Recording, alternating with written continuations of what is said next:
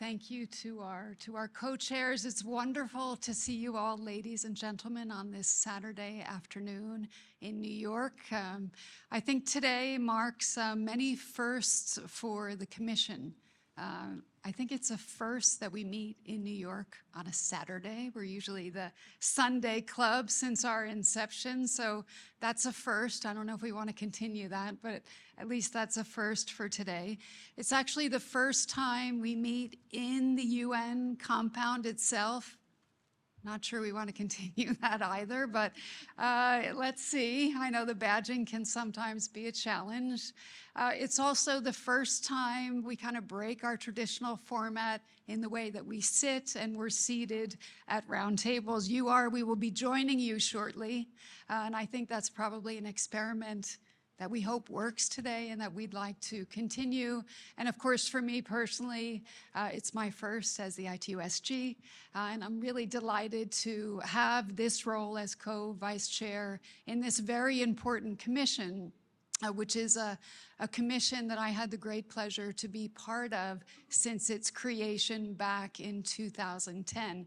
And as Mr. Slim was saying, much has changed since 2010. And I think the sort of mission and the objective of the commission is more important today than ever before. And I think the other thing that's quite exciting about our meeting today is that we're meeting in the midst of the SDG Action Weekend, which is, I think, very important, especially when it comes to digital issues. We're meeting just before the SDG Summit, and the world is looking to chart a new path to actually get those SDGs back on track and to ensure that we actually meet the 2030 agenda. And as we've heard from the UNSG, we're far, far away. And we firmly believe, and I think you all do as well, that digital technologies and connecting the unconnected is the way that we can get those SDGs back on track.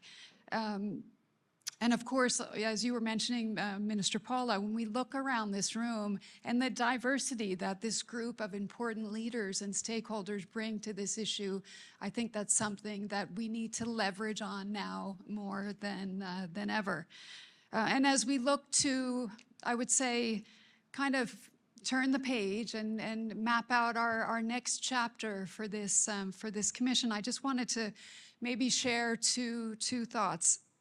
And the first, and Eric, I don't know where you are in the room, but we were chatting before about how so much of the global conversation is very focused on risks and the bad things about technology.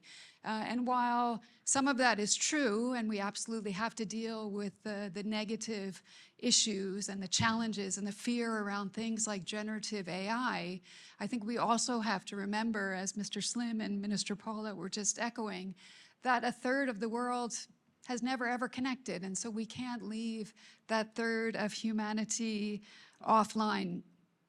Yesterday, I was in Havana for the G77 plus China summit, and the Heads of State summit was focused actually on our issues. It was on science, technology, and innovation. And I think each head of state that spoke about the important need to connect the unconnected, and very much linking to the Broadband Commission focus and objectives. And President Kagame, I think he's with us today in spirit. He'll certainly be with us tomorrow, and my timekeeper is giving me already the sign. But I did want to share also that I chatted briefly with another one of our commissioners, Mia Motley, who asked me to bring to this commission on her behalf her challenge, her repeated challenge, to bring the cost of devices under $50. So I'm sharing that on her behalf. So again, the first point, let's not forget about that third of humanity that has never, ever connected. And then the second point, which links to some of our discussion today, is not only do we need to invest in that universal affordable broadband access, the infrastructure, the services, the devices, as I just mentioned, but also the importance of investing in digital skills and all of those components that actually make connectivity meaningful. I do want to quickly thank the working groups that had incredible meetings yesterday. Thank you, Erickson, for hosting those meetings. Thank you to the working group leaders, UNESCO, ITC, GSMA.